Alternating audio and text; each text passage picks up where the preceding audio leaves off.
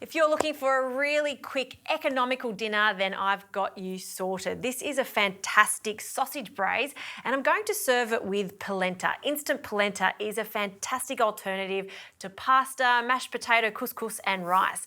I'm just going to heat up a pan. We want it to be on a medium heat. And what I have here are some pork sausages. These are Italian-style pork sausages. So I've removed the casings, and what I'm doing is just pinching off almost like little meatballs. It can be quite rough, so you can have little pieces and large pieces. And our aim here is to get it super crispy in the pan. So some olive oil in a pan. We want about a tablespoon. We don't have to overdo the oil because a lot of the fat is going to render from our sausages. So in they go. If you didn't want to use pork sausages, there are so many different varieties. Just use a really good quality sausage for this though. So just pour that in. While that's cooking, let's get onto a few flavourings, some extra flavourings to add to it. Some chilli. I've got a long chilli here, so it's actually quite mild in flavour. I will take the seeds out though, because that's where most of the heat sits with a chilli. So just a small spoon, and we'll scrape that out. You could also use the good old pantry staple of chilli flakes if you didn't have a fresh chilli on hand. Okay, and I'll just slice this and then chop it into smaller bits. Of course, if you want to make these for the kiddies, you can just leave the chilli completely out. You could change it up if you want the speckles of red throughout it. A little bit of capsicum would be a great alternative. I've also got 2 cloves of garlic, and I'm going to thinly slice the garlic as opposed to chopping it because I really want to taste that garlic in there. So thin slices of garlic for this. And the second one. All right, to really accentuate that fennel flavour in the sausages, I'm going to add some more fennel seeds. I love that aniseed flavour, so a sprinkle of fennel seeds. And now that that's partially cooked, we can add our chilli. I'm actually going to reserve just a small amount of this chilli just for the garnish later on, so just about a teaspoon, and the rest of this can go in. Nice little scoop.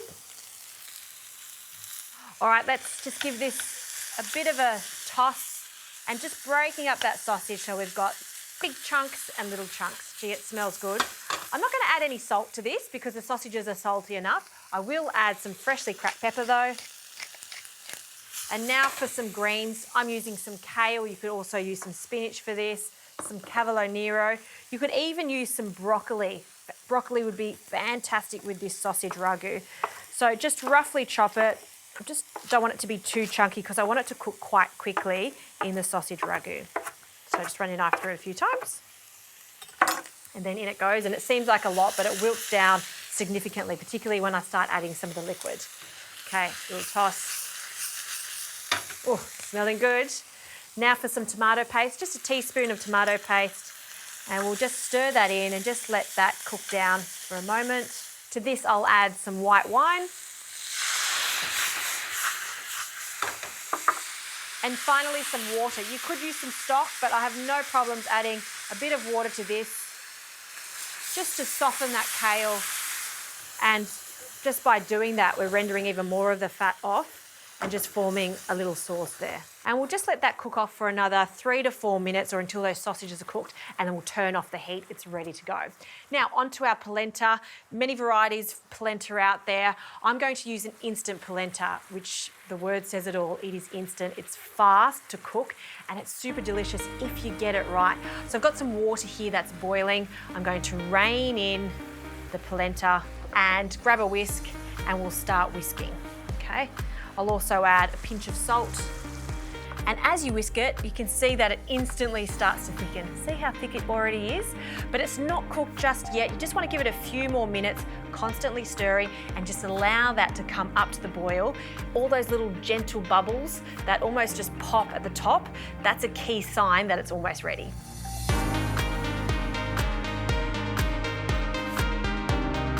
All right, it's really thickened up now, and when I stop whisking, you can see all those bubbles. See how they're just breaking to the top? Exactly what we want. So I'm going to add some milk, a cup of milk. You can add this before or now, and this gives it a lovely creaminess. It's totally optional. If you're not going to use the milk, you can just use 100% water. It also works a treat. So we're going to fold that in, and I find the polenta is extra special and extra silky smooth with the addition of butter. So a few knobs of butter can go in there. Ideally cold butter so it gently melts into this gorgeous, luscious polenta, and lots of parmesan cheese. I'll also just reserve some for the topping too. I can turn the heat off now and just slowly mix that in. All right, let's finish off our gorgeous sausage ragu. I like to add a good splash of lemon juice. It's about half the juice of this lemon. And you can see that that kale has wilted down, but it's still that vibrant green, which is what you want, just a quick flash fry.